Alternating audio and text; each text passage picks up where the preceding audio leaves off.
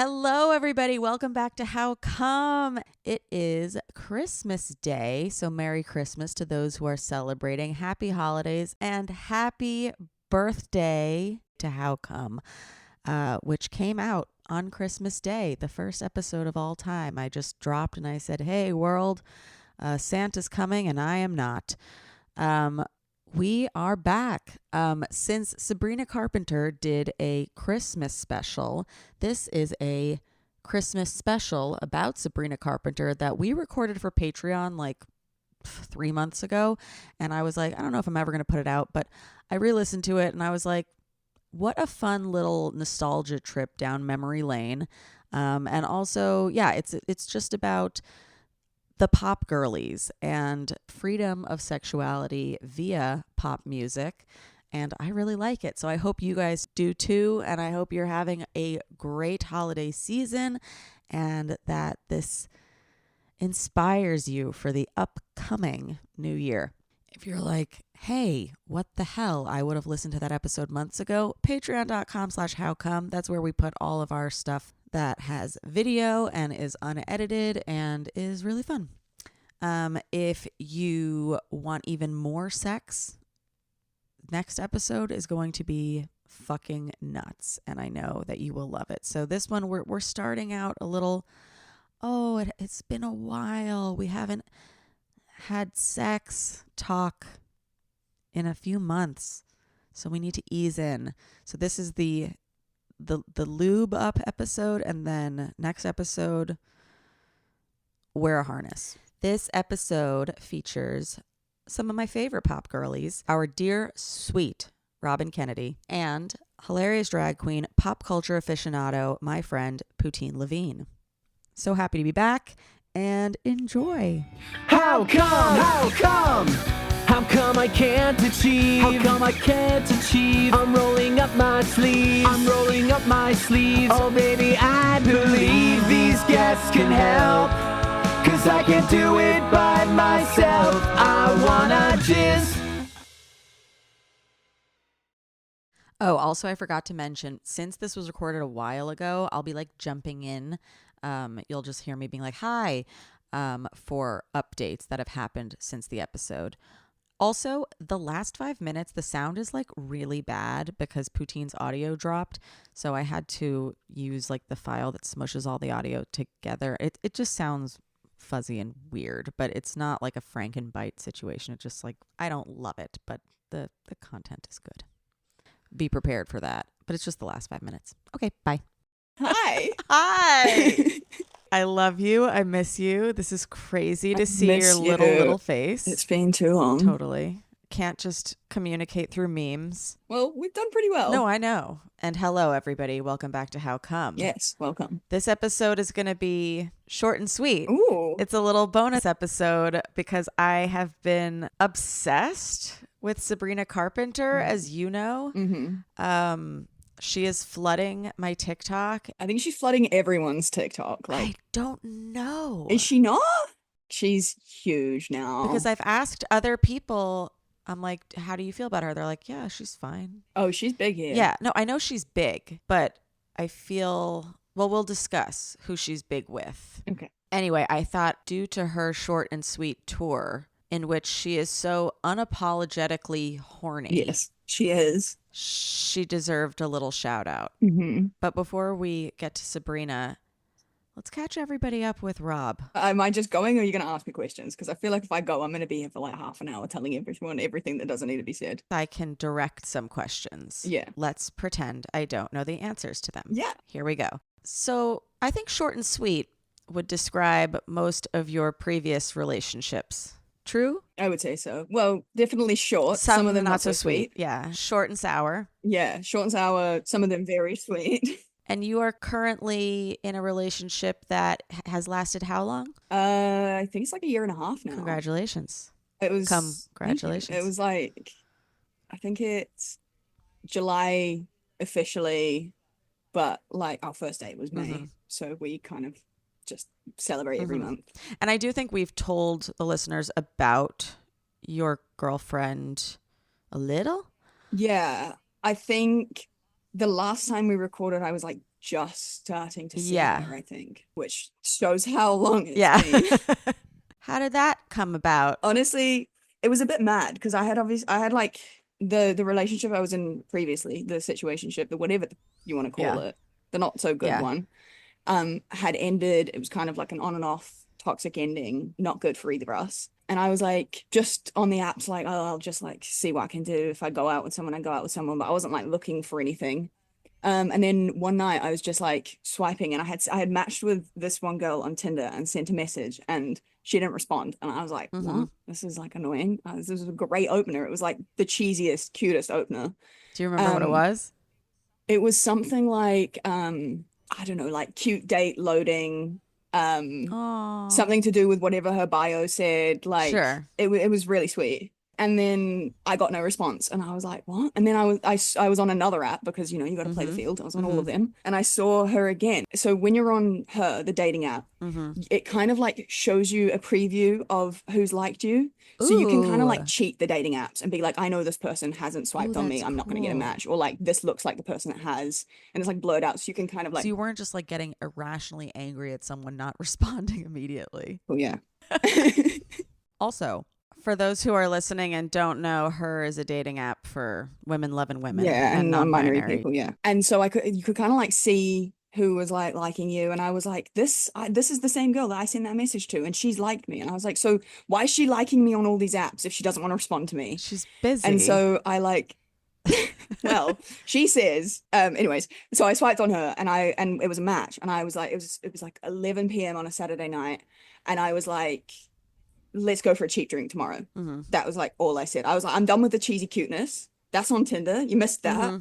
I'm like to the point now. And I was like, cheap drink tomorrow night. Let's go. But to this point, she had not even responded to anything yet. No, you were just so frustrated. nothing. You were like, I already sent it. This is what you're getting. I've already been cute. I'm just being serious now. I'm done with. And that's the first one she sees. So, that's the first one she saw. And she was like, yeah, sounds good. Oh. And I was like, okay, perfect. This is great.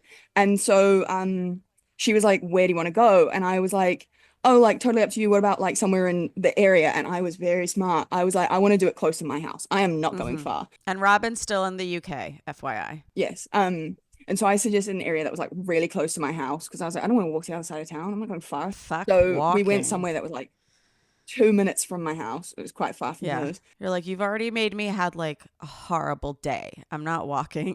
I'm not going anywhere that I don't need to. And so we went to this little pub called The Grapes, which was like a cute little like old man pub kind of vibe. We were definitely the only like queer people in there. And we definitely got like a few looks when we like sat down at the table, and it looked like a first date vibes. But it was like a good little, like we connected, we got along. It was really awkward though at one point. I got up to go to the toilet, I came back, and there were two guys sat at our table, and I was like, I don't want this. And then she didn't say anything to me about who they were, and she was like, I'm just gonna go to the bathroom. And I was like, don't leave me at the table, these two random men, why are they sat here? And then the guy was like, oh my god, so, and he like started talking. I was like, oh, you're gay. Thank God. They can stay. And so they like were just sharing the table with us for the rest of the night, asking us like questions and everything. Were they on a date? So they've been together for like a long time. Okay, cute. And then one of them was like, so how long have you guys been together? And we were like, this is our first date. And they were like, oh my god, we're so sorry, we'll leave. We didn't mean to interrupt, we'll leave. And I was like, you've been here for like 2 hours now, it's fine, just stick around. At this point, this is our first date. Yeah, this is our first date. And so we ended up like the pub closed, and we were like, all right, we're gonna go somewhere else. And we walked all the way across to like Gay Town, and they came with us, and I was like, I don't want these dudes to be like joining our date like completely, but okay, whatever.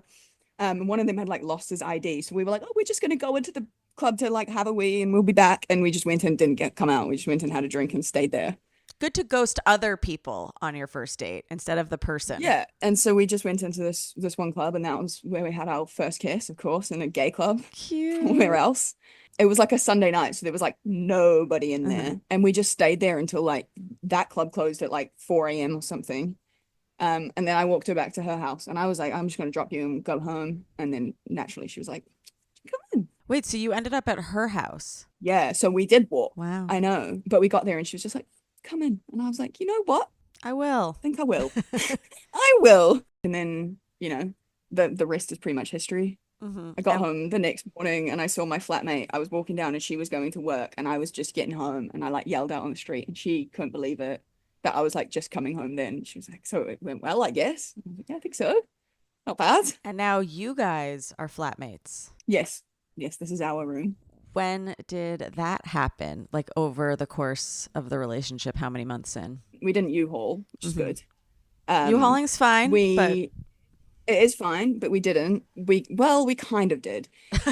It started out we would spend a lot of time at her house and not as much in my house. But then she just like naturally got along with my flatmates quite well, so it made sense for us to be there. And I was right in the middle of town as opposed to being out of town, so it just kind of like made sense for both of us. And then it was only around about the time that I had my foot surgery did she like actually move her stuff in because her lease was coming to an end, and we were like, just move in, totally not allowed to just randomly move into my room. Like the landlords wouldn't have been okay with it, but we were like, it'll be cheaper for us, we'll save some money trying to go home for Christmas, so it would be like good for us. So it was only June this year, so it was like about a year in. And then in August we got evicted, so that didn't go well. But not because of anything that you did. No fault eviction. The landlords want to redo the house, so we've moved out with two of my other old flatmates into a new house, and we've got like our own room, our own space, our own pot plants, you know. Wait, you're growing pot? No, our own pot plants. Potted plants. Yeah, not growing pot. No, that's well legal. I wouldn't just be like, "Hey guys, I'm growing literally weed." Do you remember those people that we met on the street when you were here? Yeah. And they were like, "Where do you get weed?" I do.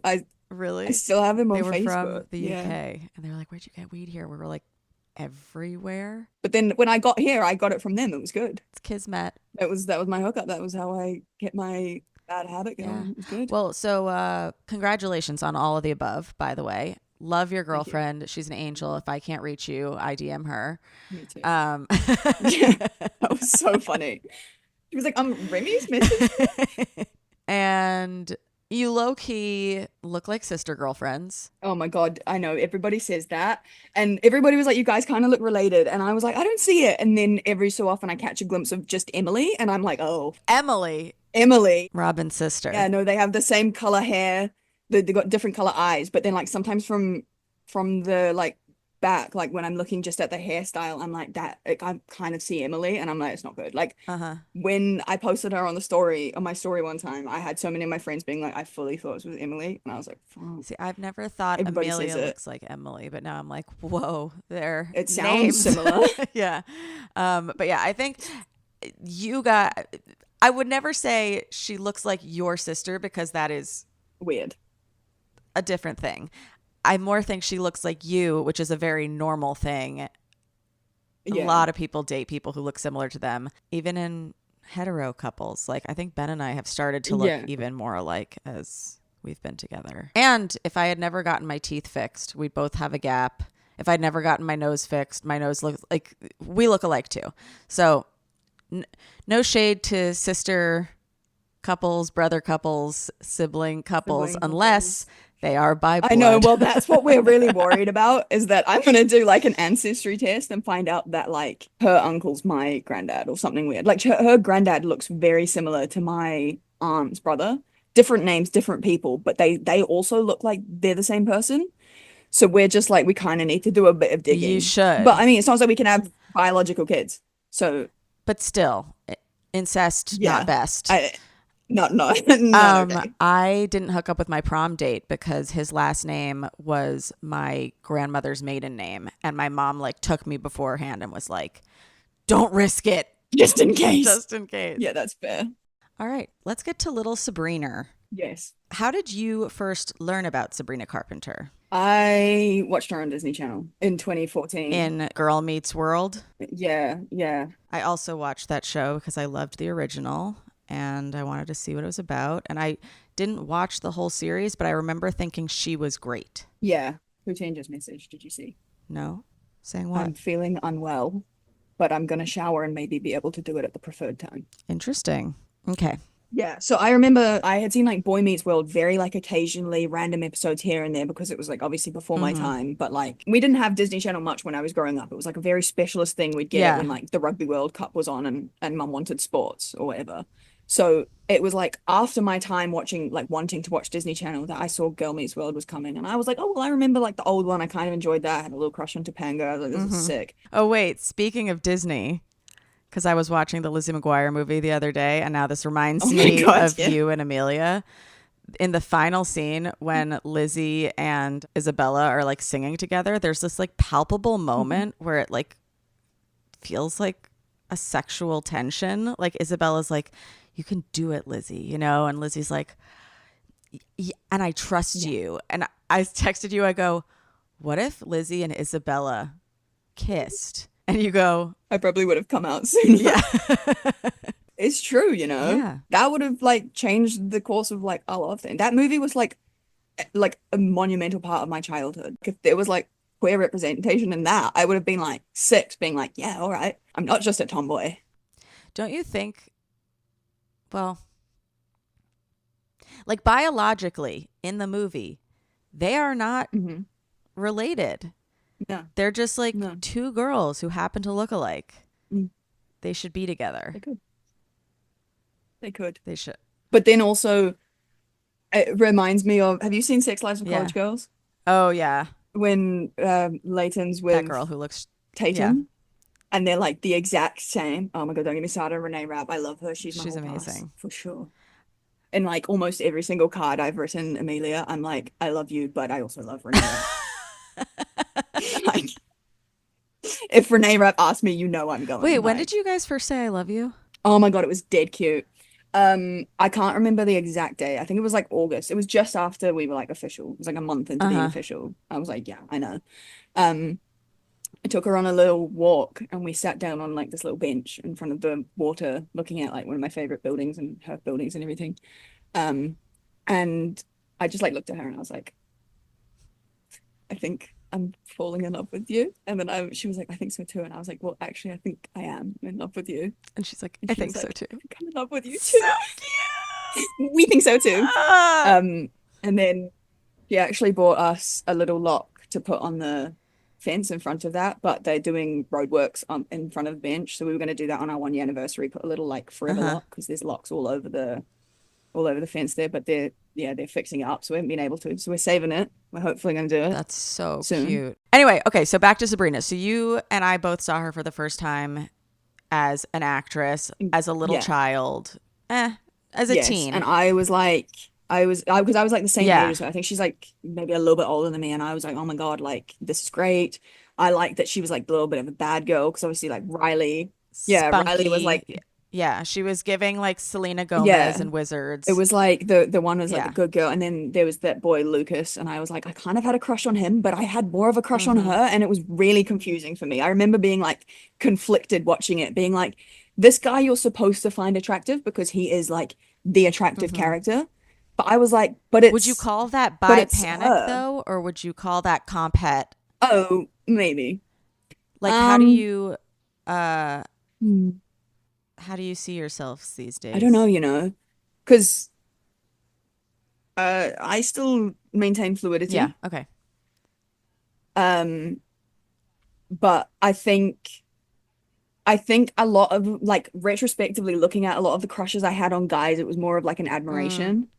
It was like, I kind of want to wear your clothes and be you and have the girls after me the way that you do. So I think like a lot of that like admiration I had for him was more like I kind of wanted to be him. Whereas with her, I was like, I think it was disguised as I wanted to be her. Like it was like flipped almost. Like I was thinking that I wanted to be her, but I was like in love with her, and I was thinking I was in love with him, but I wanted to be him. So it is kind of like compared. Yeah. So that's how I feel about a lot of her fan base right now. Is they're like, well, no, I can't speak for, but I'll notice in the comments that a lot of them, Sweeping yeah, no, but I'll generalization. notice a lot of them are like, ugh, I want to be her, and I'm like, think do you you want just to wanna be be with with her? her. Or both? Could be Yeah. both. Yeah. For me, Yeah. I think both. I'm like very, I admire so much how, again, unapologetically horny this woman is. And we'll go into that for people who are like, what are you talking about? But I also just think her transition from being a child actor into singing, into finally like unleashing the woman that she is and like who she wants to put across, it's not been met with the same vitriol as other child stars who decided, okay, I want to show my sexy side now. Yeah. I'm an adult now. People hated it when it happened with Miley. Oh yeah. I think the maybe the difference between like Sabrina and Miley is I don't think Sabrina was as big of an actress. And I think that that's why it was kind of okay, because I feel like there are still some people these days that don't even know that she started out on Disney Channel, that aren't like, you know. There's like that meme of her being dropped like on YouTube or whatever, and people are like, wait, oh my God, that's her? And I feel like her rise is kind of similar to like Britney Spears in a way, that like Britney was always working, but like she wasn't a household name. It wasn't like, oh, we have ownership over this, like, or not even ownership. We have this association with this little girl who's an innocent little girl, and it's not going to like be jarring to see her as a woman. Also weird though, how comfortable people were with Britney being like a sexual adult when she blew up, because she was literally 16 at the time. But I digress. But she has the acting chops and the singing chops because she's been in the industry for such a long time, but she wasn't exposed to like mega fame yet. No, and I think the mega fame came when she was sort of like of age. It wasn't the same sort of vibe as like when Billie Eilish went from being 17 to 18 and there were people like with countdowns. Like it wasn't, she wasn't as big. So I think for her to be so horny now, it doesn't feel like such a switch from like, but I remember when my kids watched you and you're like, you know, it's not like that. It's not the same sort of shift. It was just like, it was almost like she lived two lives. Yeah. She was Hannah Montana. She is Hannah Montana. It's just interesting to me. It is. Yeah. And I don't know if it's the generations. Or is it the generations like, being like, hey, people grow up. Yeah. And we've already done this to other pop stars and put them down and made them feel weird. Like, let people just like live their lives. No, I think that it is definitely kind of a generational thing. Because when you think about like the way that Gen Z is like, and the cuspers as well, being like in between that millennial, we've seen millennials be mean to each other. We've seen Gen Xers and boomers and everyone before us be just like shitty people, that I don't think we want to do that. And I think we all like collectively as a generation are like, we don't want hold on. Some of you guys are terrible in the comments as well. Oh yeah. Yeah. But some of everyone is. But I think like but like as a whole, I feel like we're a little bit less judgmental on the being sexual side of things. I think there's a lot more like acceptance for that than generations before. And here's another thing, and I don't know a ton about this whole moment in time. If Poutine logs on, she'll be able to tell us a little bit more about the Olivia, Rodrigo, Joshua, what's his face? I don't even know the boy's name that's involved. Please forgive me.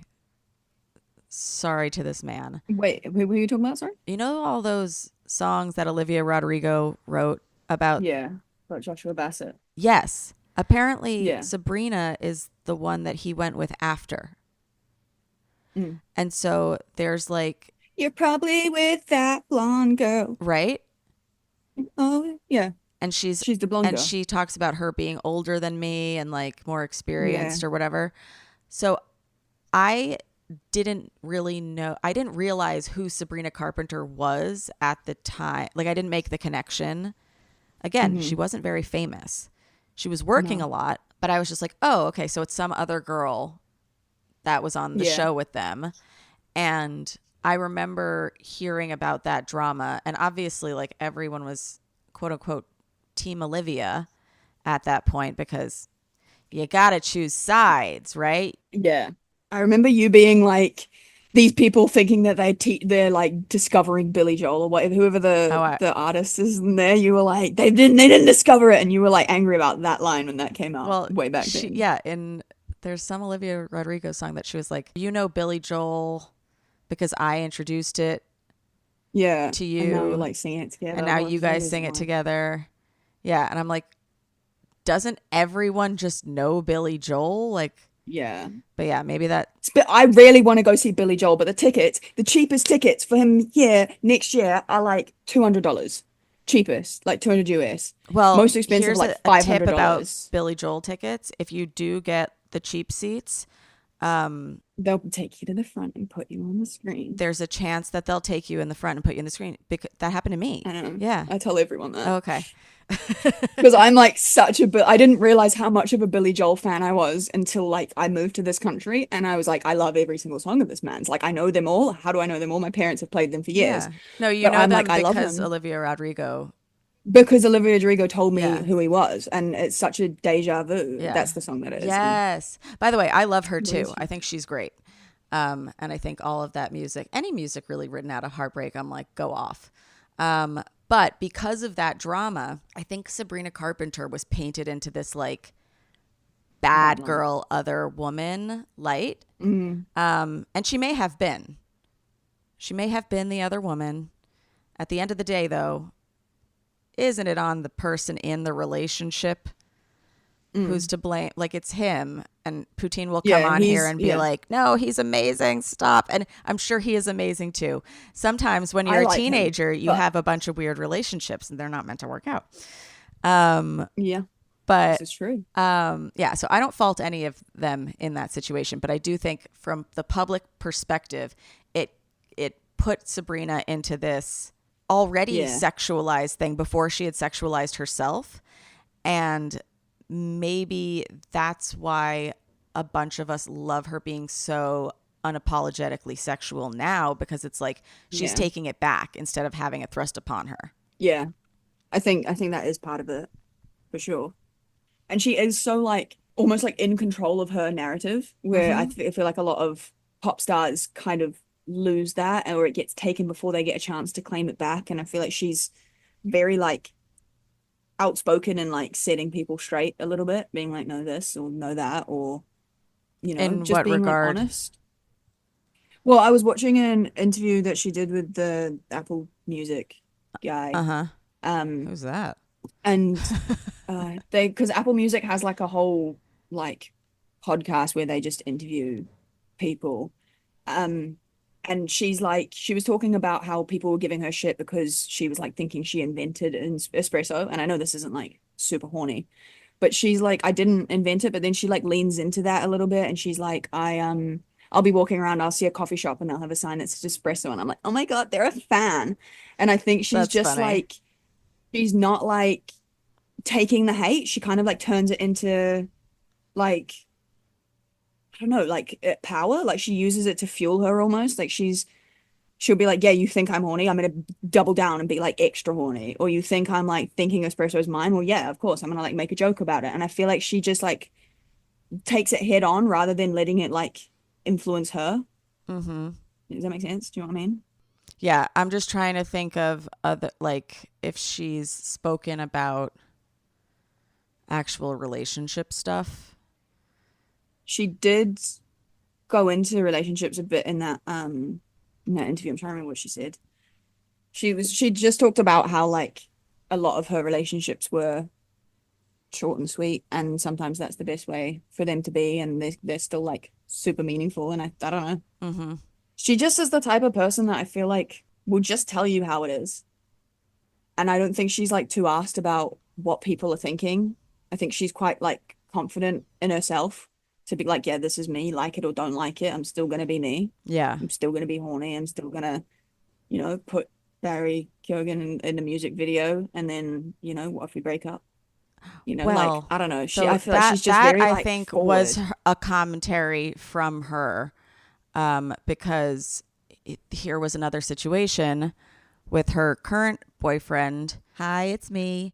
They're apparently broken up now. Short and sweet. When they got together, I think the whole thing around it was he left his like wife and baby to be with her. Yeah, something like that. This is where I'm a little conflicted on Sabrina. Because like in Espresso, which came out right after they started dating, she said, too bad your ex don't do it for you, Hmm. which seemed like just a little dig at a woman that didn't deserve that. Yeah. But also comes from a place of such relatability, even though like that's not what we should be doing at this moment in time, is being, No. insulting to the ex. That's how you feel sometimes Yeah. when you're with someone. You're always compare, and this is where I think the relatability comes in, because it's like, is the confidence a facade for actually she's comparing herself to this person? Like, you don't really need to say that unless you're not thinking about the ex. Yeah. And I feel like, especially when it's like a serious relationship that he's like left for her, like it would be something you're thinking about. It would be something that you want to like put into your art, because essentially like music is their journals that we're reading, we're like getting that. It's something that she's thinking about, and I think the fact that she puts it out there like makes it a little bit more real. And I guess some people who might be in that same position are like, oh, she's saying I don't feel so bad for thinking it, or maybe I am better. And then please I was gonna say please me, please when I'm please. Like, nope, that's the Beatles. Nope. Is her response to everybody being like, are you fucking kidding? Like, if he did this to somebody else, what makes you think he's not going to do it to you? Yeah.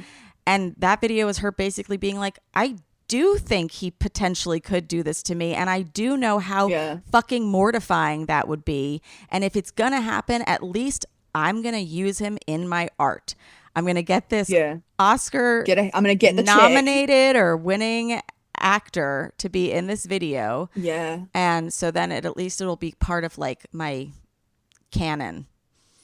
And I think because Saltburn had just been so huge, and everyone was like, who is this Barry guy that's willing to fuck the ground? Yeah. Like, what? And so everybody was so in his life and all up in his business, and she was already getting like huge, that it just made sense to like lean into it and be like, yeah, you're right. Like, he could fuck everything up for me. Hi, it's me. He allegedly cheated on her too. But like, I don't know, when you're all falling for someone, like if I looked back on my relationship that I had prior to Amelia, I knew that wasn't good. I knew, like, now I'm like, what the fuck was I thinking?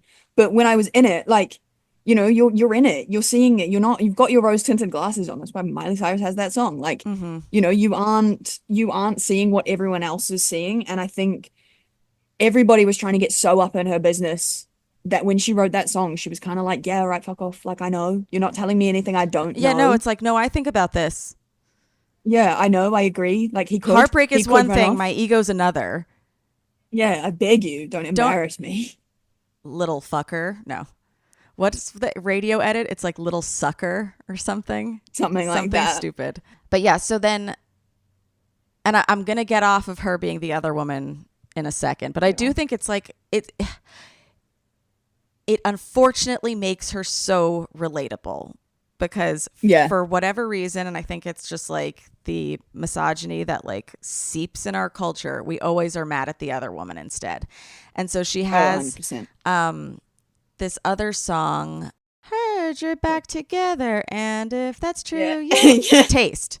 Okay, so Taste. I've been singing that song this whole week. Yeah, Taste is allegedly, I don't think she's ever confirmed this, about Camila Cabello, because Sabrina was hooking up with Shawn Mendes when they broke up, and then they got back together. And so the whole thing of Taste is like, oh, you're wondering where all of his clothes are, like they're on my body. And then if you want to be with him, just know that you're going to taste me too. And she also, like, while dancing, will point kind of towards her. It's not just kissing. You're not just tasting her lips. You're tasting her lips. Everything. She's been on him, and now you are. Yeah. All of her songs are earworms. So addictive. But the message of the song, not so great. Yeah, that's actually interesting. No, well, so that's one of the things she was talking about. She said a lot of her songs she writes in like 20 minutes, half an hour. Like, they're quick songs. They're quick, and they're like hits. And part of that is down to Jack Antonoff being an amazing producer. Yeah. And just knowing what works. But I think it is because they're just fun little ditties that get stuck in your head. Like, they're just like, she's huge. She's everywhere. You can't, like, you'll be would they walking get around. as stuck in your head if the lyrics were just like, heard you're back together and that's fine. And I hope you have a nice time. Nice time. Like, yeah, like, no. No. Like, we all It's not feel gonna that be. visceral. I don't know if you've ever done this, but I was hooking up with a guy who had just broken up with his girlfriend. And then one day I texted him to meet up and he's like, we got back together.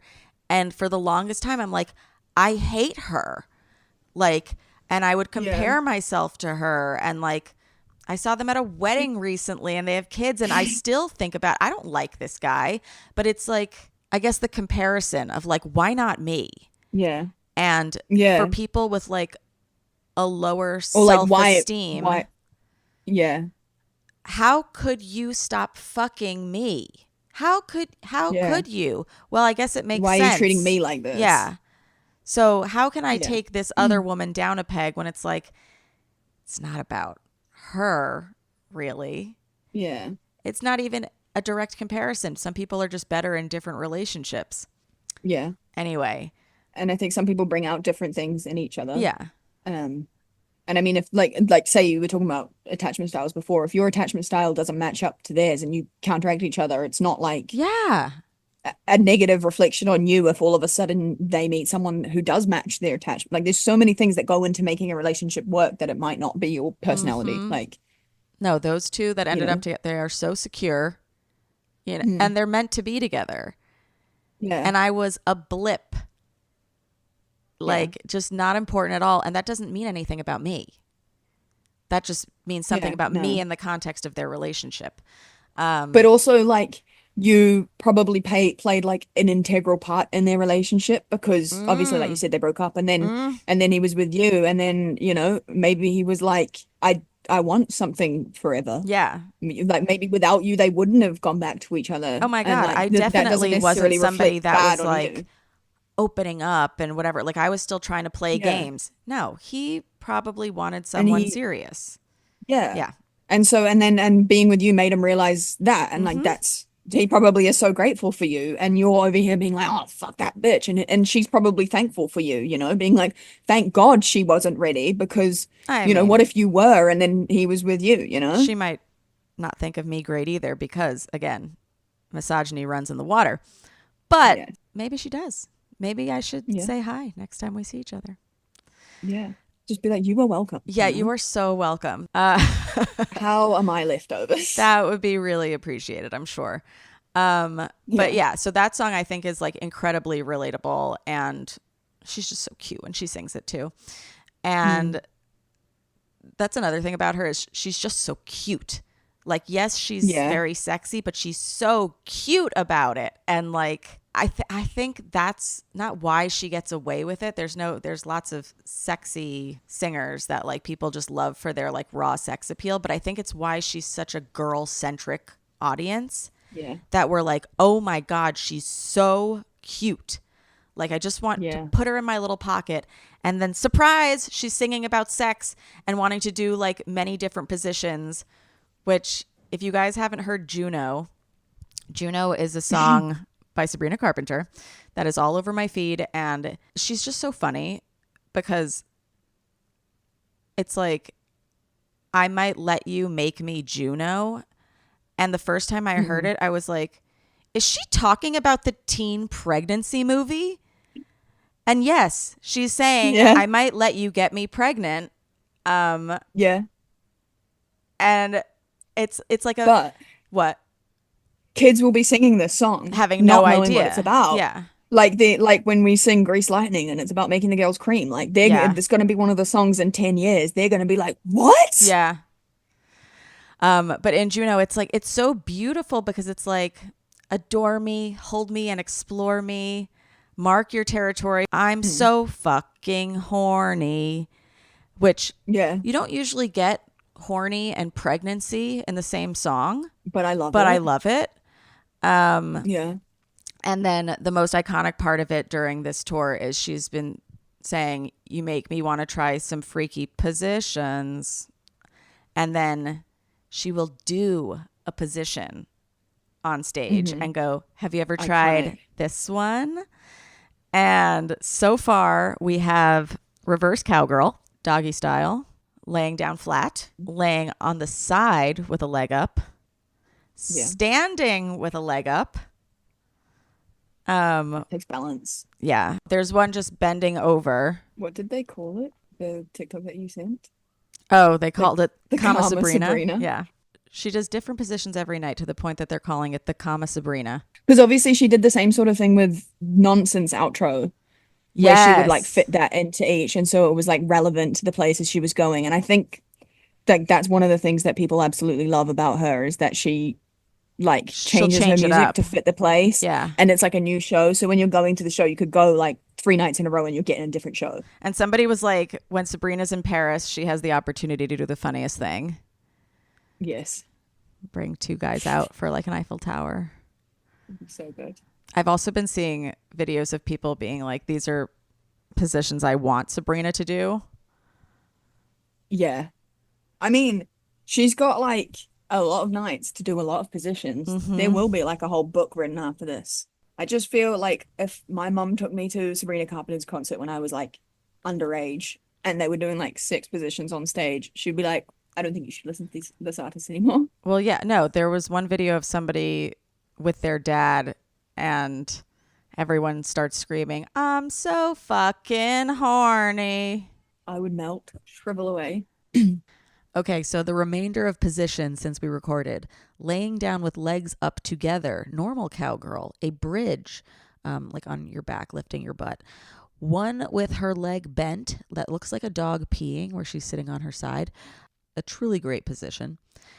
Sitting up with legs open, simulating wearing a strap on with a mic, on her back with one leg up, one where her legs and arms are wrapped around an invisible person, another favorite of mine, squatting up and down, on her side, lifting her leg straight up and then into a split, simulating oral with a mic. And side note, we were talking about the lack of backlash for Sabrina. The oral one is where I started seeing people being like, but she's a Disney Channel kid. And then other people were like, shut up.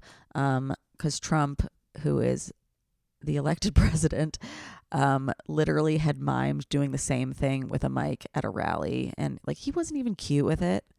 Like, at least put on some platforms, Donald. Also, he's a... Yeah. Okay, moving on. My favorite line from the album is on Slim Pickens, where she says, "Since the good ones call their exes wasted, and since the Lord forgot my gay awakening, I'll just be here in the kitchen serving up some moaning and bitching." And I just love that she's like, the Lord forgot my gay awakening, because she is so gay, but she's straight, you know? She's so queer coded. She is. And it's like, it's so confusing for someone like as someone who likes she's gay for men. Yeah, but she's like the female gays, like, yeah, and the female gays love her, like, yeah, it's, you know, yeah, like that's why she's I think the epitome of that it's so great that she's gets to be so horny, because she's got such a predominantly female audience. Like, she feels safe to do all this stuff. Like, I can imagine other artists doing sex positions every night at their concert. Like, they would get like ridiculed, and we're all just like, oh yeah, go off, like, you're so... And it doesn't feel like she's being like overly sexualized. Vulgar. Yeah. Oh, sexualized. Like, yeah, no. Sexualized, like she's doing the sexualizing of herself, and in turn I feel like people aren't doing it for her, or what they are doing is already what she's done, so she's kind of taking that away from them. That, like, you know, if when Miley Cyrus had her Bangers tour, like, that was shocking and everyone was like, oh my god, and it was like the biggest news ever, and it was like they were sexualizing her and it was like huge. But I feel like she, like, obviously Miley was doing it to a degree then, but I feel like the way that she's doing it is to be like, look, I've done it, doesn't matter what you say, I've already done it first. Like, I made the joke, doesn't hurt if you make the joke too. Yeah, you brought up the nonsense outros, which I kind of even forgot about, but that was her sexualizing herself two, Yeah. like it was during Espresso, which it's not a sexually charged song. I mean, besides that, it's like, yeah, you're addicted to me. It's more just like poppy love song. And then the nonsense outros were always really funny and always really specified to wherever she was. But they started to get more sexual as well. Like there was one, I think she did with BBC, where she referenced that BBC means something else. Yeah. And it was like, I was like, oh my God, I would never even think that she would know what that is. But also, she's funny. Yeah, she said, I'm American, I am not British. So BBC, it stands for something different. This live lounge is so lit because I'm in it because I'm in it. You get it? But there was one other one that it was like, BBC, I wish I had it in me. Yeah. BBC said I should keep it PG. BBC, I wish I had it in me. Yeah. There's a double meaning if you dig deep. Yeah. So clever. So clever. And she says she comes up with these like usually like 20 minutes before she goes on. Like that she like thinks of them like last minute. It's not as though she's been like, oh, I'm going to Atlanta, let me come up with it. It's like pretty like improv vibes. Like that's mad. Yeah. That's clever. Yeah. And that's the thing too, is like she's clearly such a good writer that everything she's doing is intentional. Yeah. I kind of understand what it feels like to be a Swiftie. Yeah. Like I like Taylor Swift music, but I've never been like, actually, Robyn, this is so insane. I had a dream like 2 months ago that I became a Swiftie, but the way that it happened was like a vampire transformation. Like nobody bit me, but like the blood in my body started to like change. Bleed Taylor Swift. Just change. It like morphed, and I started to go, oh my God, oh no, I'm We're obsessed with Taylor Swift. And then I was like in the dream thinking, wait, this is how it feels. This is why people are Swifties. It's like they can't even control it. And what does this mean for me? And I'm like, well, on the one hand, this is cool. I'm going to understand the fandom. I'm going to be part of something. Yeah. Okay. And on the other, I'm going to be massively depressed that I can't get tickets to this concert. I know. And I've really never felt that way about kind of any artist. Like I love music, but I've never been like, oh, I need to go to this concert. And Sabrina is making me be like that. Ben, yeah, she's playing Portland in November. Should we be there around then? And he's like, Remy, I don't get it.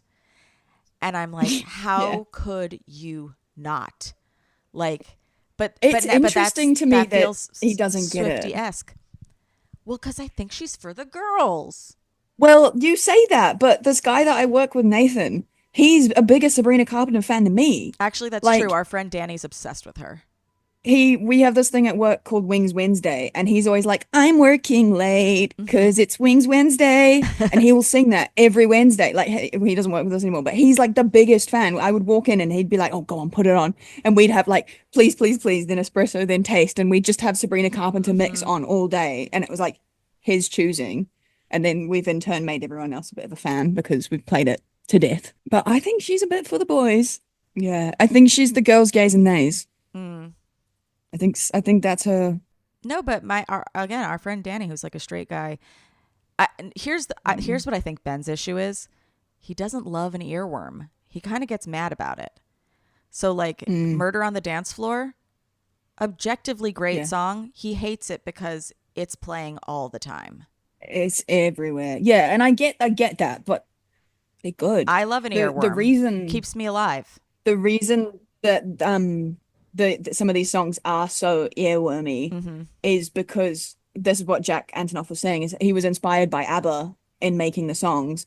And if you think about the way ABBA's got like the synth in the background, he was talking about how they have like the strict beat of like what's happening on time, but the like synth and the background stuff is sort of like offbeat, comes and went at once, and it gives you that euphoric drunk feeling of like, what's that person doing? And it's like diddle diddle diddle. And so he really wanted that floaty feeling of like you just feel happy and excited when you're hearing it. And I think he's done that so well with like so many of her songs being like, you know, you feel them and you're like, oh yeah, I'm really like happy. I'm like here, there. It's like it's got everything. And I think for ADHD people and neurodivergent brains to have a bit of structure, a bit of stuff going on here and lyrics here and funny things happening, it kind of like It's a little bit of brain feels candy. like it's encompassing everything. Yeah. It's like popping candy in my brain. Like I love it. Yeah. Okay, wait. I want to get back to the other woman stuff because I did bring up Taylor Swift. Oh, yeah. And Taylor Swift also started her career singing about you're on the phone with your girlfriend, she's upset, and basically talking about she doesn't get you and she's this way and I'm this other way or whatever. And that was so relatable. Be with me. Yeah, you would be with me, not her. And there was a girl who wrote like the other girl's perspective, like the girlfriend's perspective, being like, what the fuck? And someone did that for Taste as well. Can you share your screen and play the second to last video I sent you? I take it you like discretion. It's me, can't let go. Let you go. Funny you hate me and he's the same. 'Cause it's him who hurt you so. Now you're gone, but you're still clinging. Know you love me, but I'm taking. I heard you're back together, and if that's true, it's true. You'll just have to taste me when he's kissing me. You want forever, nothing that you do. You'll taste me too. That's unnecessary. She commented on that one, being like, "This is how it was meant to be enjoyed." And she was like, That's so funny. oh, Wait, re-listening to the lyrics though too, it's like maybe she will have her gay awakening soon because she's talking to this girl and said, now I'm gone, but you're still laying next to me. 1 degree of separation. Maybe it's, I don't know. I don't know. Well, the music video is super gay. Yeah. Because she's making out with Jenna Ortega the whole time, who's playing the new girlfriend. And also, update, hello, Jane Wickline did a song about this on SNL since we recorded this episode. That was from Sabrina's perspective. And it's like, how am I the only singer not getting gay allegations? I do so much gay shit. I made out with Jenna Ortega. I made out with a girl alien at the VMAs. So Jane Wickline, we did make a light gay allegation. They've just been behind a paywall for a few months. Poutine's here. Let her in. Okay. Yeah, no, it does feel a bit like there's time. There's time for the Lord to remember the gay awakening. Mm-hmm. And here she is, Poutine Levine. The gay awakening. Can you see me? Yes. Yeah. Can you hear me? Yeah. Like I feel like you answered. Wow. Wow. Good morning, Poot. Okay, wait. So we've already Good talked morning. a bit about Sabrina, actually like a lot. Yeah. And we're on the particular section of Taste where she's like kind of talking to the current girlfriend of her ex. And just all of that, it feels like very reminiscent of the music that we grew up with. The Boy Is Mine with Brandy and Monica.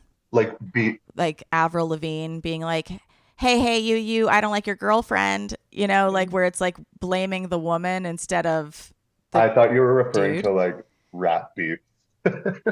And rap beefs. Like 50 Cent versus like whoever he was fighting with at the time. Diddy. He hates Diddy. He's always hated Diddy, and we stand. We always stand. And the world should hate Diddy. Yeah. Yeah, it is like girlfriend. Right? And then here's But, okay. Well, you know what it's really like is Ashley Simpson versus Lindsay Lohan. I didn't steal your boyfriend. Yeah, hey, No, until the music drums you no words up in my mouth. I didn't steal your boyfriend. Yeah. Yeah. Mm-hmm. There's lots of that music. And okay, so I'm so happy that we have a drag queen here because I wanted to bring up Chappell Roan. Chappell has that song. She's talking to a girl that she's hooking up with who's not ready to come out or whatever. And there's a few of those. Yeah. And she's like, you're just going to wake up next to him one day and all you are Oh, good luck, is babe. his wife. Yes. Good luck, babe. Let me read the lyrics. When you wake up next to him in the middle of the night with your head in your hands, you're nothing more than his wife. And when you think about me all of those years ago You standing with face to face I Told with You the So, torture. you know, I hate to say it. Yeah. So when that first came out, there was this, I'm so excited to talk about this. There was this girl who had a big fucking Trump banner behind her, and she was lip syncing to that song. And everybody was like, why is this girl lip syncing to Chappell Roan? Like, of course there could be gays for Trump, but I think she misinterpreted the song because she's so accustomed to songs like Girlfriend and stuff. And she thinks it's a song, right, about a woman being like, to the new woman that he ends up with being like, when you wake up next to him in the middle of the night with your head in your hands, you're nothing more than his wife. Yeah. And when You're you think only about his wife. me all of those years ago, you're only his wife. I'm the one he's thinking of. Yeah. I think that's how she interpreted it. Yeah. I think there's that. I also think, like, how political can we get? Very.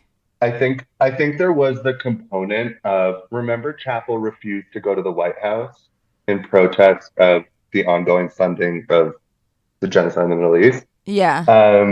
I think that it's possible that people who aren't, I don't know the term, but like news literate might have taken that as, oh, she hates Biden.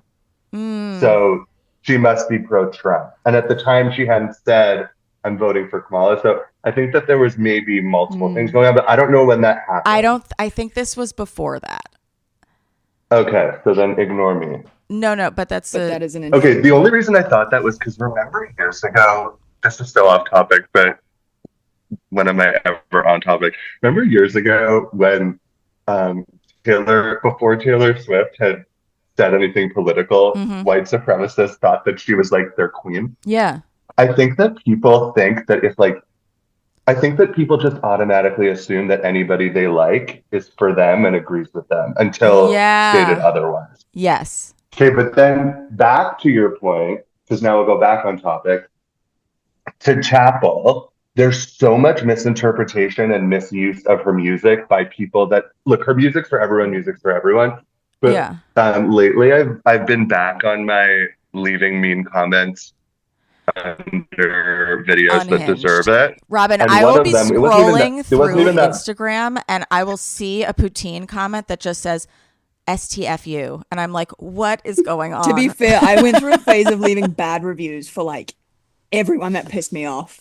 I was like, anybody you who are was insulting irritating. Ariana Madix, Poutine was a keyboard warrior being like, shut the fuck I up. ride hard for Ariana Madix. And so do I, just not That that hard. publicly. No. Or no, on my own posts, but not on like other people's. Fair. Well, because it's that thing of like, there's nobody more chronically online than somebody with a 9-to-5 office job, and that's me lately. Yeah. Except for today, because I took the day off because I knew I was going to be hungover. Okay, wait, but so back to Chappell and the mean comments. I saw somebody use Pink Pony Club as the music for the biggest explosive pink confetti fireworks gender reveal I've ever. And I wrote underneath, I was like, sorry, babes, like, that's not what the song's about. And a lot of people have since found it and liked it. And I'm like, because for a while I was just like, I'm just like shouting into the void. No, how good does it feel when your comment does well? You're like, I'm popular at this party.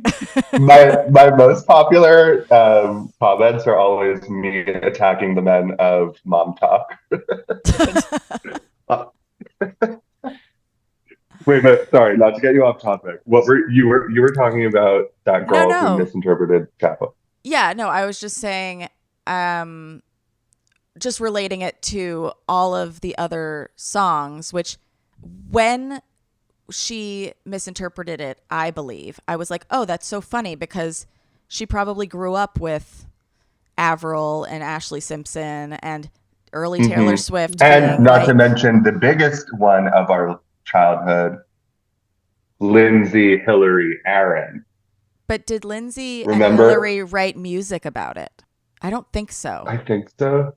Maybe not. I don't know. But it was still in the zeitgeist. It still feels the same, but I guess I know. I don't remember actually. Women fighting over a man or whatever. So I wanted to get your knowledge re the Joshua Bassett shit. Because literally, I just want to preface this by I'm far too old to know as much as I do about this. I'm so excited. Yeah. Used to fight with teens in the YouTube comments. Yes, I did. Like, how did you come to know about the Joshua Bassett, Olivia Rodrigo? Because I, again, far too old, was obsessed with High School Musical, the series. Oh my God, thank you. And yes, me too. I loved Olivia and Josh on the show. And I had no idea. I mean, I guess when it first started, Driver's License wasn't out yet. She was tiny. No. And then Driver's License came out, and it does, to me, even the song could be about like being a 16-year-old girl getting driver's license. Like, I won't feel too old to listen to it, but when it first came out, it didn't necessarily resonate with me. I think it was like too deep in COVID. It was like too sad. I was like, I just want to listen to Chromatica on repeat. I loved it so much. But then what brought me to it was Olivia Rodrigo sent a PR package to Kim Kardashian, and Kim Kardashian was like, yeah, me and Northie always listen to the song in the car. And North was like, no, we don't. And then I was like, okay, wait, let me listen to the song. I love me too. And then, so I listened to it, and I didn't know any of the backstory. And then I guess because I listened to it, then my algorithm, now we know about the algorithm, but I feel like a few years ago, I was like, the government is listening. The government is pushing Olivia Rodrigo on me. Yeah. So then I started to get a lot of Olivia Rodrigo stuff, and the comments on Joshua Bassett stuff were like insane. And I followed both of them at the time. And I didn't really know Sabrina Carpenter, but then I started deep diving. But was Sabrina on the show too? Or she was just like... Sabrina was not on the show. Okay. So basically, Olivia and Josh were allegedly dating on set. Mm-hmm. They were like young, so everything was heightened. Not to diminish young love, but like everything was heightened. Yeah. And I think including the breakup.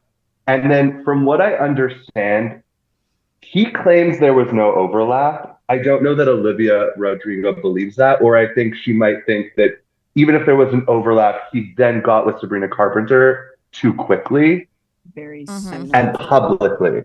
I don't remember ever seeing anything of Joshua Bassett and Sabrina Carpenter in the press. I think by that point, especially at that point, Olivia's star far dwarfed theirs. Yeah. So like, I was just being fed Olivia content. I never saw them. But certainly when that was first coming out, Sabrina Carpenter was vilified as the other woman. And I think at the time, because she's had a bunch of albums before her big breakout one. I actually love the one right before this one. She has a song on it called like Skinny Dipping that I really loved. But is it Horny? Oh, yeah. I mean, all of her songs are horny. Well, I think because Sabrina is openly horny, it was easy to paint her as the other older woman, which is hilarious because, like, she's like 3 years older than Olivia, and Olivia kept referring to her as the older woman. I know. So wait, but that's, Olivia, she is older in that context. Like, I guess when at you're that younger, time, that is a big. Yeah. Every year, it's like you got your driver's license. She just got her like license to She's drink. already been on. Yeah. Well, the thing is, they're also at this time, they're all Disney stars. They're all coming up through, like, Sabrina was on Girl Meets World. Olivia was on High School Musical, show, the musical, like the Art. show. Before that, she was Love on is another Love one Rock. called like Aardvarks or something. Okay. Which I never watched, but I did watch High School Musical, the series. So I think that, like, in the same vein as Hillary, Lindsay, Aaron back in the day, this like Disney triangle formed, and because Driver's License blew up and it became like TikTok theories and everybody was like, you know, peeping through the lyrics or whatever, trying to decipher what it was, Sabrina became an easy target for hate. Joshua Bassett, I have a question now. Because Yeah. Robyn and I earlier were saying, oh, she was like vilified and then started writing sexy music to like take it back. But was she writing sexy music before? Because now It could go either way. I'm not 100% sure. Okay, so emails I can't send, I think is 2022. What year did emails I can't send come out? This album I think is her sexiest, but she's always been tongue in cheek. Okay. Like, oh yeah, so like I don't know that emails she's ever I can't been send this... is 2022, and because driver's license is COVID. She released Skin, the song, in response to Olivia Rodrigo in 2021. Yeah, Skin, yeah, and Joshua Bassett released Lie, Lie, Lie or whatever. Neither of which had like at all the same impact as Driver's License. Yeah. Sabrina Carpenter has a much better song on her album called Because I Like a Boy, was a shit song. Which wasn't because Skin, the rumor was that she wrote it and produced it in a week. So people didn't like it that much.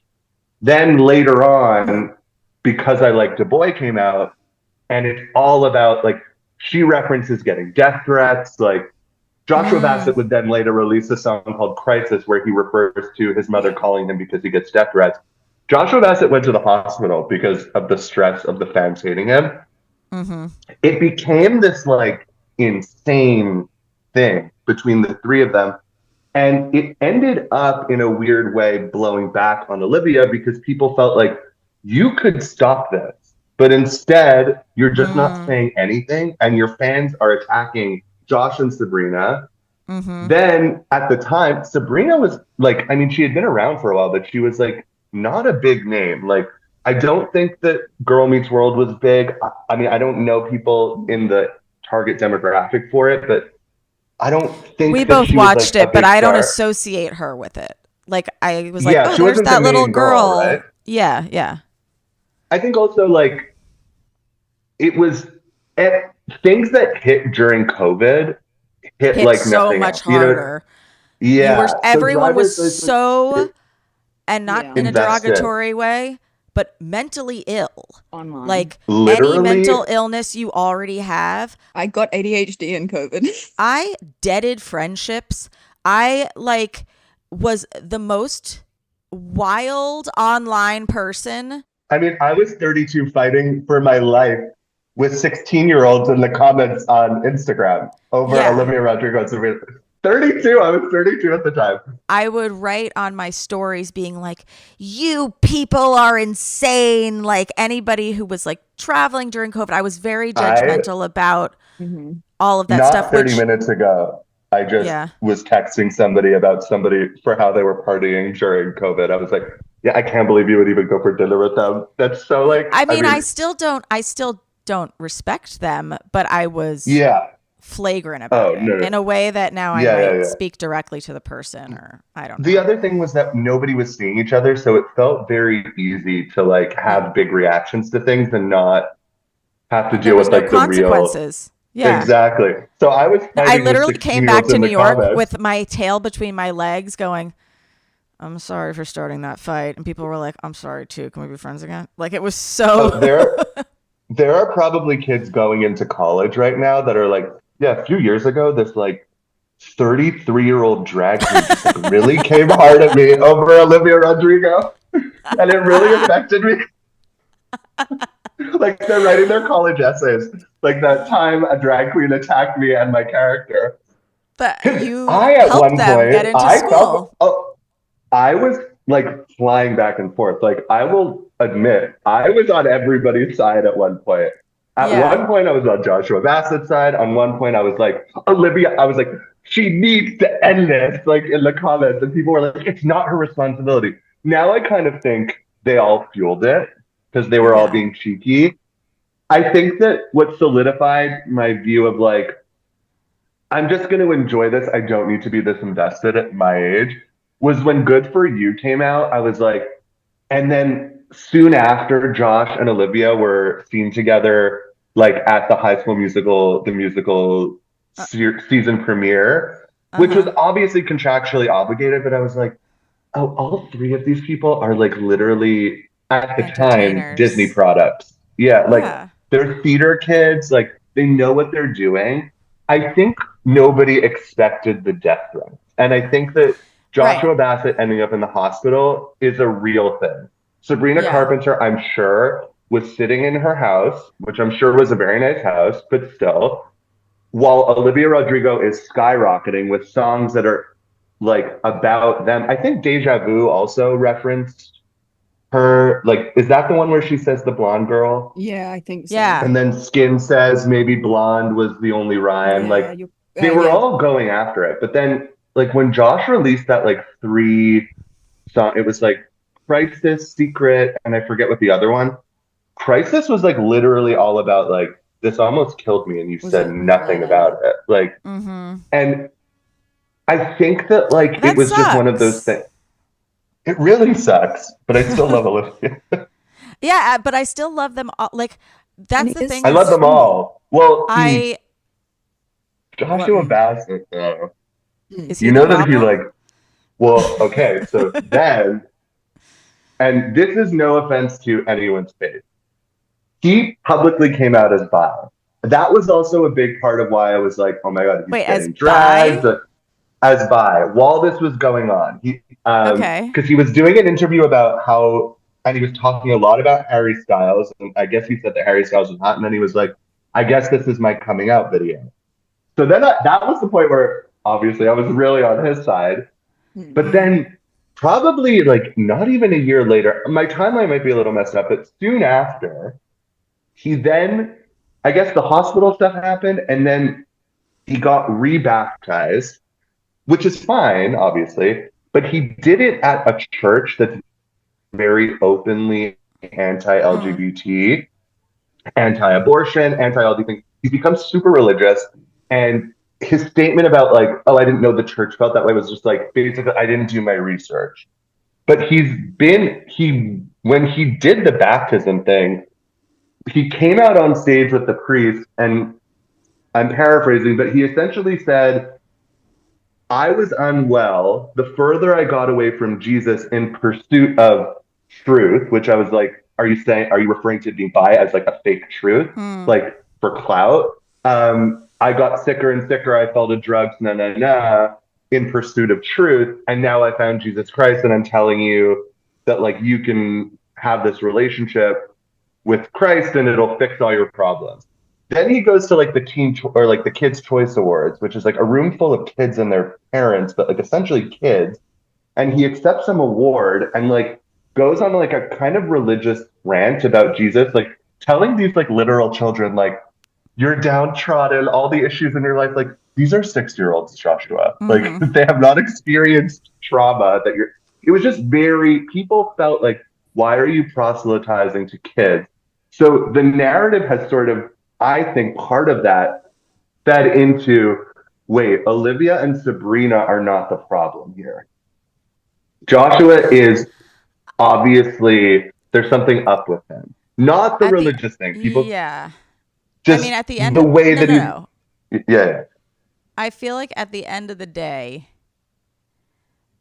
the fans are kind of the problem. Yes. Like, well, that's if of none course. of that had ever happened Me to included him, at one he point. was. I am including you. If none of that had ever happened, I'm the oldest one too.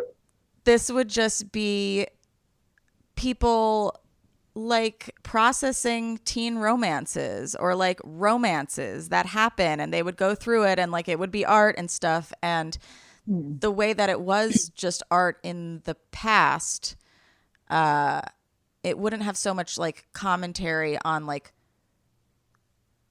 I don't know, surrounding like who they are as people, and like, I this think one's also evil. now there's that thing of when we were coming up, pop stars can just be pop stars, and they could have lyrics that were just good, fun pop lyrics. They didn't have to mean some secret now thing. They mean so much. Now pop stars, they're on Instagram, they're on TikTok, they're on X, they're more accessible. Yeah, so it's like people expect more. The other look at you not dead naming X. I was gonna say Threads and X came out, but I'm not on X, formerly known as Twitter, but yeah, no, and I think a lot of it is these people write their own music. Yeah. Whereas a lot of pop stars who don't write their own music, you're not going to get as much from them. Fucking Christina Aguilera at 16 didn't write Genie in a Bottle. She didn't even want to do it. A super perverted song about rubbing somebody the right way. Like, yeah, no, they were much more packaged by other people at the time. And now they're more packaged by themselves, which and if you lends look itself back at that to a different time, kind of critique. Yeah. Also, if you look back at that time, obviously the record labels hit with a lot of those women, but they were making a lot of big mistakes. Like, for example, with Britney Spears, they wanted Hit Me Baby One More Time to be her on a record spinning. And she was like, I will absolutely not do that. I will be a laughing stock. This is the concept I have for the music video. And it's one of the most iconic music videos of all time. So you would think that record labels would learn. And I think, I don't know enough about the music industry, but it seems like now, because of the accessibility, the record labels are letting, like, it seems like people are a little less media trained. They're more open. Yeah. And they're more in control. Or they're at least seemingly more in control. Like, so one of the most popular comments under the Short and Sweet tour videos is about the set design, and they're like, this is what happens when you give a theater kid an unlimited budget. Because Sabrina Carpenter is just like a little theater kid, and like she's like putting on a show, and it's like bubblegum pink and blues and yellows and sparkles and like fucking you feel Polly like it's Pocket genuinely fun. her too. It's genuinely like something, it's like, and Chappell being like a project. Like, there are things that it's like, this is a performance. This is fun. We're here to have like a good time. Like Charlie and the Sweat Tour. Like every tour has like its own theme, and it's like, we're gonna bump it up tonight. Well, even like tour. If you look at they even have their own costumes. If you go to see different artists now, people are wearing different clothes to like be on theme with those artists. Oh yeah. Well, they're saying like this is the theme of the night, or like wear silver, or like Midwest Princess, or like. Yeah, but Beyonce is the only one who was like, this is the theme of the night, because she's a Virgo and she's a psycho. No, but I love Chappell her, but Roan, she's scary. Chappell Thank you to Roan Beyonce. puts out like Beyonce. This will be like I'm playing in Chicago. The theme of the night is Midwest Princess. Like very overt about it. I didn't know she did it too. Well, because she identifies as a drag queen, and drag queens are very aesthetically driven. Right. The other thing, though, speaking of these tours, whereas for the Sabrina people are just like, I just want to dress it's like and it's the bangs, and it's like a little cutesy, and the corset and the chunky boot. Yeah, just to circle back, because I feel like I would be remiss if we didn't talk about the Taylor Swift of it all in that triangle. A big thing that popped off, I feel like, the Olivia Sabrina discourse again was Olivia Rodrigo was an openly lifelong Swiftie.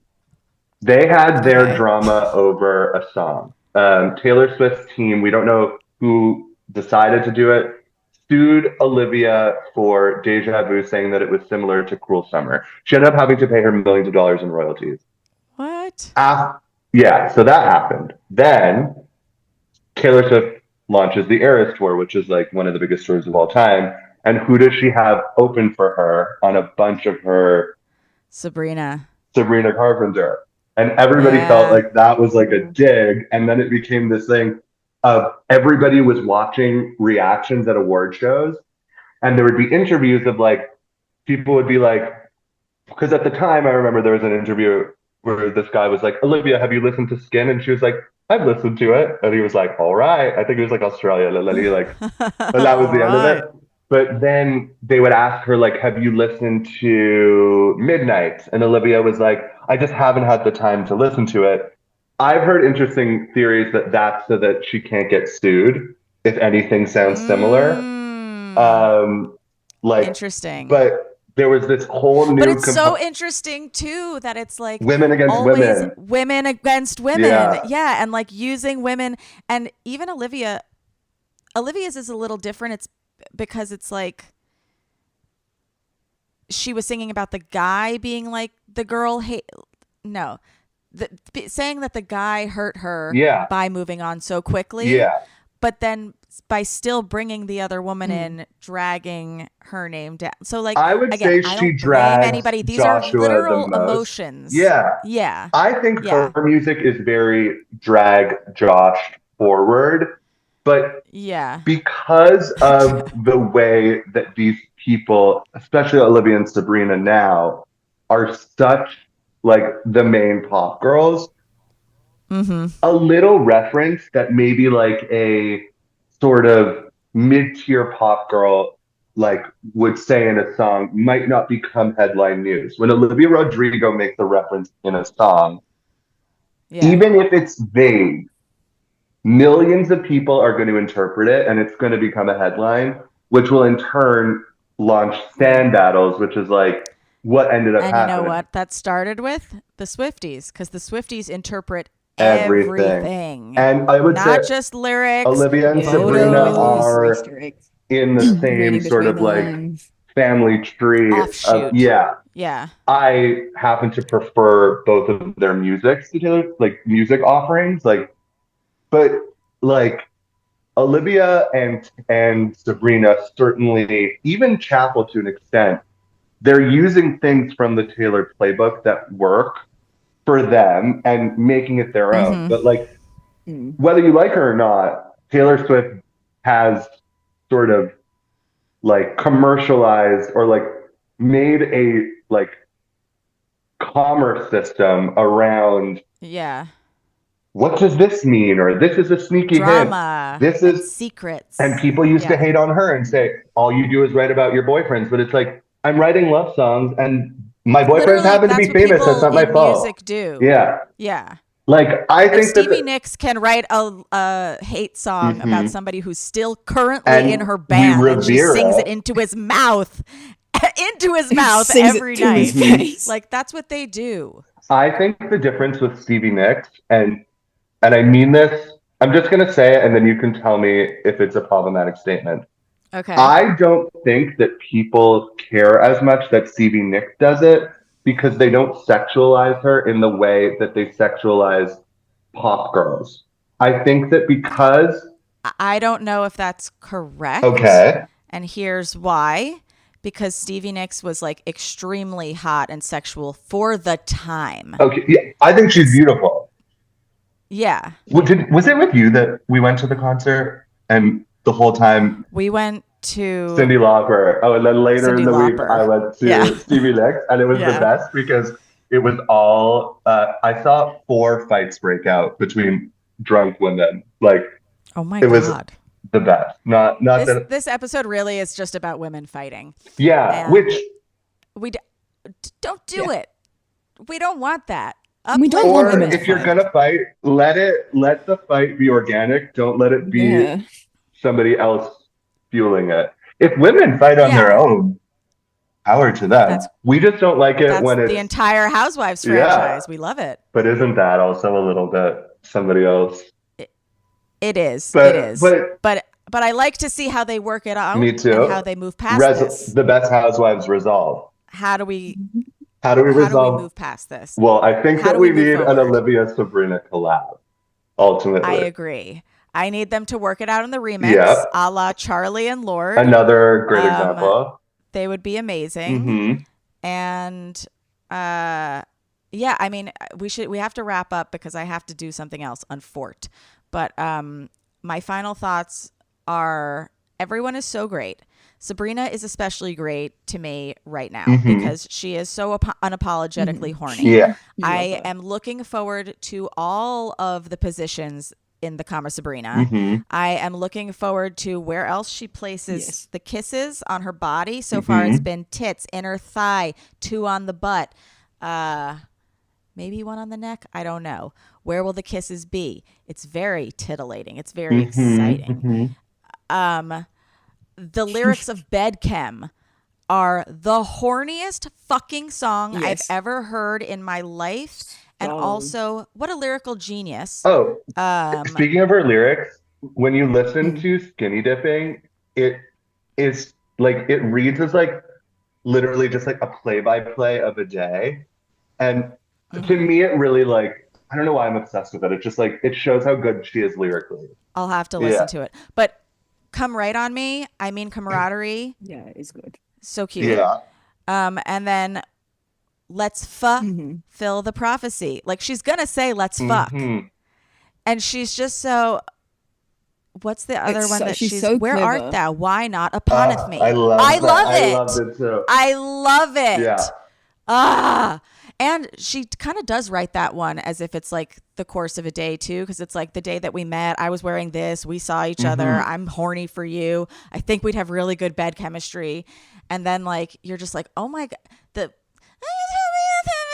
it's really, it makes you feel like you're like in love and like turned on. Did you listen to Guts? Olivia almost does like the opposite thing where like she goes real deep into like how this guy like fucked her up. It's apparently not about Joshua Bastion anymore, but like she goes more like punky, edgy, like a little more Lord Lana Del Rey vibe.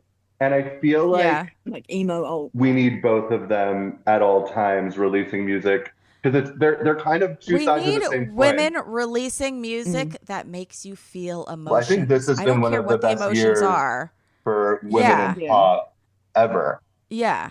I would say other than that. The Chappell song that we were talking about, Good Luck Babe, that is a fucking heartbreaking Great song. I love to feel sad. I love to feel angry. The only reason we're talking about Sabrina the most is because Horny is this podcast. Yeah. But yeah, all of the emotions. But Chappell Roan is horny too. Chappell Roan is so horny. Casual.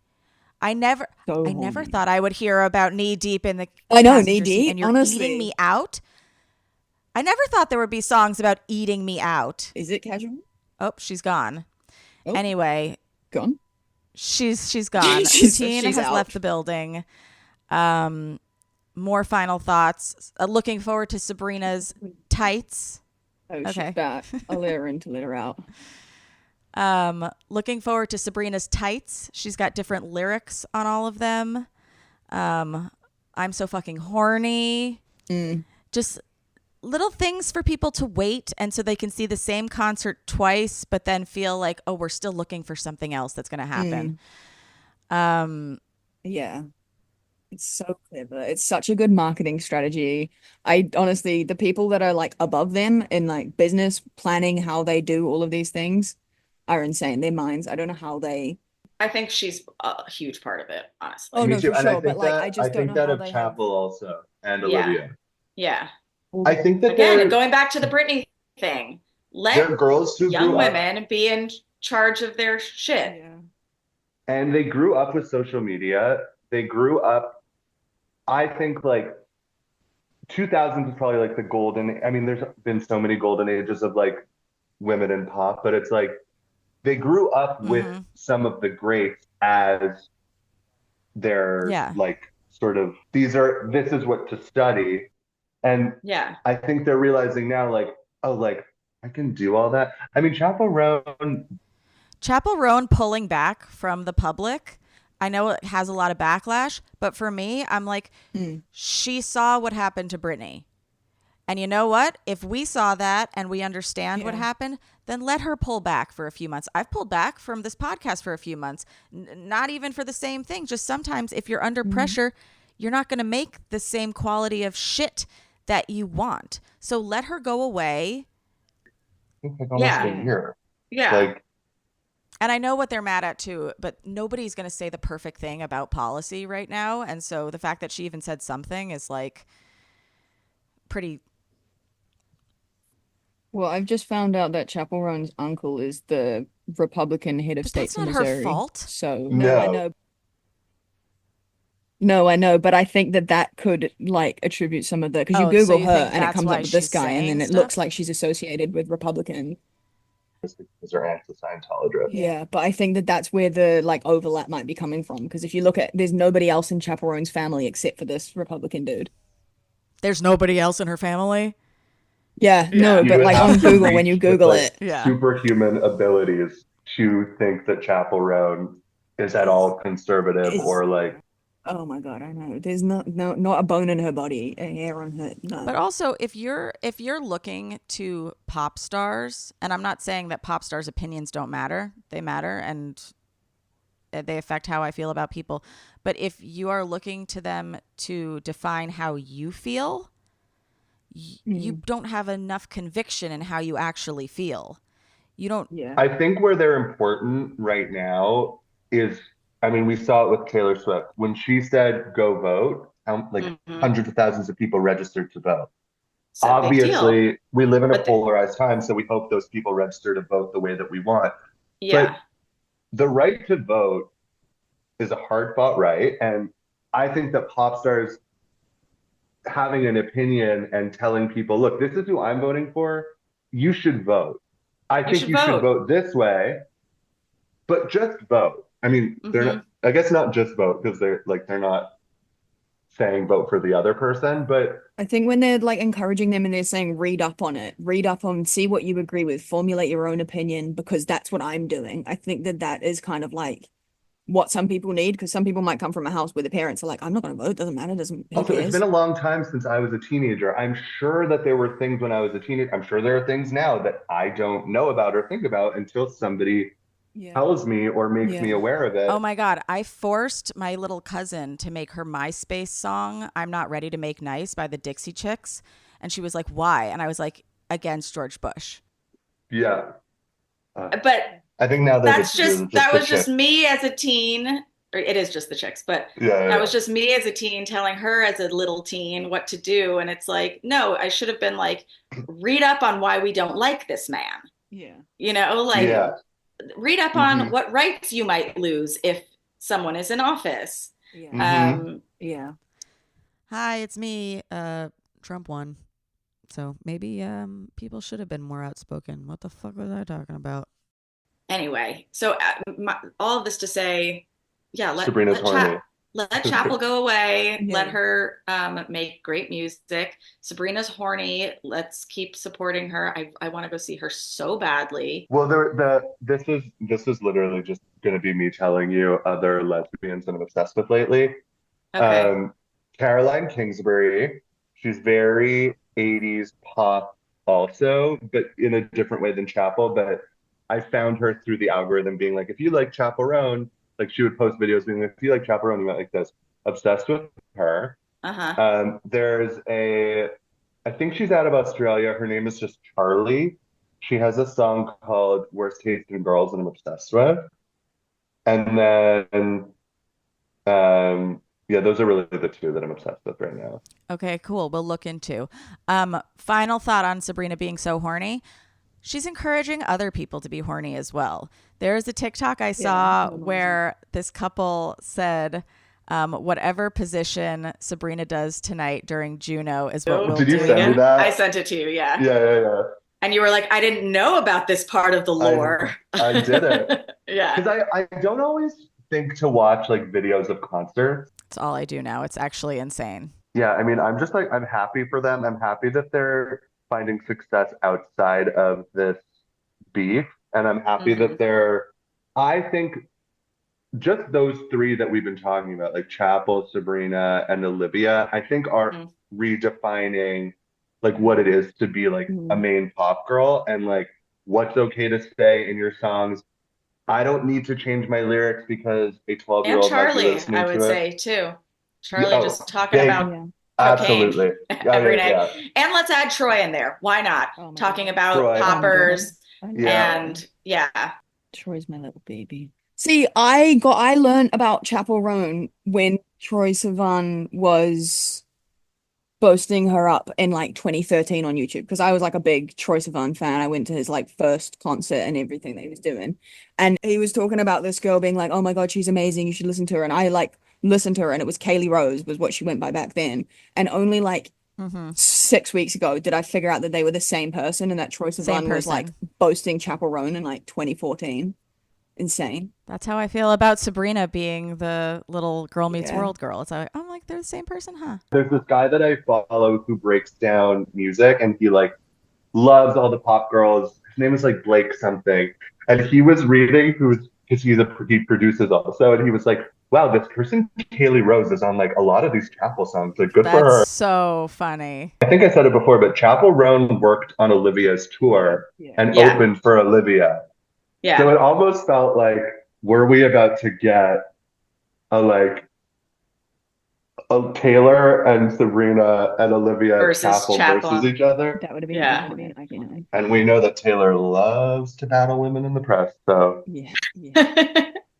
Well, she's a millennial, and so that's how she was raised. Yeah, we were raised posting cryptic, like away messages. Yeah. Subtweets before Twitter. Mm-hmm. The Swifties are gonna. I'm like gonna add Troy. And the Swifties are gonna come for me because of this podcast. Yeah, no, I'm gonna add. And I'm ready. Troy to the group because he is one of your girls. Yes. But I just love everyone singing about sexuality in their own way. Like against the Christina Aguilera's being told this is what you're going to sing about sexuality. They're literally coming into their own and talking about coming the way that they want. And it feels authentic. It's authentic, and everyone is different because everyone is different. And it's relatable to, you know, so many different people because it's not just the same churned out shit. So yeah, this has been less short, but very sweet than I intended. Well, we know I'm a yapper. Yeah, no, us too. And my apologies to all your listeners. I know sometimes I talk over Remy, but it's not out of disrespect. No, and I talk over Poutine, but we just like to have parallel conversations. A lot of the time we'll be texting about like 3 different topics and not even acknowledging each other. And it's a beautiful thing. Also, did you notice I wore a Disney? Yeah, I love your shirt. It's a Montreal brand, but it's like Disney. I was like, it has to be on theme. Oh, cute. Okay. We're gonna wrap up just because I have to leave. Amazing. But I love you guys. Wait, Robyn. I'm so happy to see you again. I love you. Where can everybody find you on the internet? It's at Robyn Kennedy with 3 N's, KENNNEDY. Great. Or just Poutine, I love you. So nice to see you. Where can everybody find you? At Poutine Levine on Instagram. I'm not very active, but we're all trying to protect ourselves. Yeah. You'll find Poutine in the comments of the posts you're not. Literally, that's where I'm active. I don't post a lot, but I respond a lot. Okay, wait, Robyn, did you finish? Oh my God, I did. I've been waiting for this moment for so long. Okay, great. Poutine, did you finish? I've been holding it in for years, and baby, did I ever finish. Great. Remy, did you finish? Thank you so much for asking. Nobody's asked me in the longest time. Oh my God, I'm going to talk to that boyfriend of yours. No. He doesn't say, did you finish? He goes, did it happen? I finished, but I could go for seconds. We'll organize that. You guys, thank you for coming. Thank you for having us. Companions, thank you for being back. If there's anybody that you want to hear on the podcast or anything you want us to talk about, or if you have a congratulations that you want to share with us on the podcast, talking to me and Rob, DM us at How Come Podcast. Follow me at Remy Casimir, and we love you. Bye. Bye. Love you guys. Love you. Love you. How come I can't achieve? How come I can't achieve? I'm rolling up my sleeves. Oh baby, I believe these guests can help, 'cause I can't do it by myself. I wanna jizz. Hello, Marvel sectioners. Thanks for sticking around for this fabulous How Come birthday celebration. Couldn't do such a special episode without a Marvel section. So for this Marvel section, I'm going to mention one more pop girly who is recently, I think more people knew about her than I did, but she just performed on SNL and she's huge now. Gracie Abrams. And Poutine sent me a TikTok about her song, So True, where this song is kind of like everything that we've been talking about, where she's like talking about the current girl of someone she used to date, and she's like, what'd she do to get you off? Like, I did that. You must think she's so cool. And also, like, I think I like her, but like, no, I think I hate her. I'm not that evolved. Just like really recognizing the natural human emotions of jealousy and da da da. But anyway, back to the TikTok that Poutine sent me. This might be part of the Sabrina Carpenter lore, and I know we've just talked about like the problems with fans picking things apart, but it is interesting, and this is why we talk about it. Allegedly, this could be a song about Dylan O'Brien, who I don't even know really, like, I know he exists, but I don't really know who that guy is. We're really getting old here at How Come. But it was like she had this relationship with him, and then like this song could be a warning to Sabrina Carpenter. I don't know. Maybe I'll post the TikTok. Maybe this Marvel section sucks, but that's okay. What I'm going to do in 2025 is just try to do, instead of putting out content that I think is like perfect. I've been really held back by myself by thinking like, oh, like, is what I'm saying exactly perfect? Is this the correct take? And there's so many takes about so many things. And I've realized in the last year that you can agree with somebody on mostly everything, and then there's some issue where you do not see eye to eye. And like some of those people, I've been like, how can we even talk? Like, if you don't understand this one thing the way I do. And it goes for celebrities and, you know, people in my life, and that I'm just like, we agree on so many things, but we don't agree on other things. And that sounds very obvious, but people have like their opinions. I'm always going to voice my opinions. They might not be totally in line with yours sometimes. And like, that's okay. Like, I was talking about deading people during COVID. I'm so tired of deading people because it just creates this lack of dialogue. Like, there have been so many things that I wanted to say to people that I was like, I can't, because it'll just be a dead end conversation. But I'm just trying to approach conversations now with this, like, this is what I think, and like, let me actually hear what you think, and then maybe we can have a discussion. And yeah, sometimes it'll turn into an argument, but like, I don't know. I'm trying to just have conversations instead of going silent, which is what I feel like I've been doing for a while now. And I'm curious to hear what you guys think about that. I know I've been kind of like nebulous and vague about what the disagreements are, but they range from like global politics to abortion to taxes to Luigi.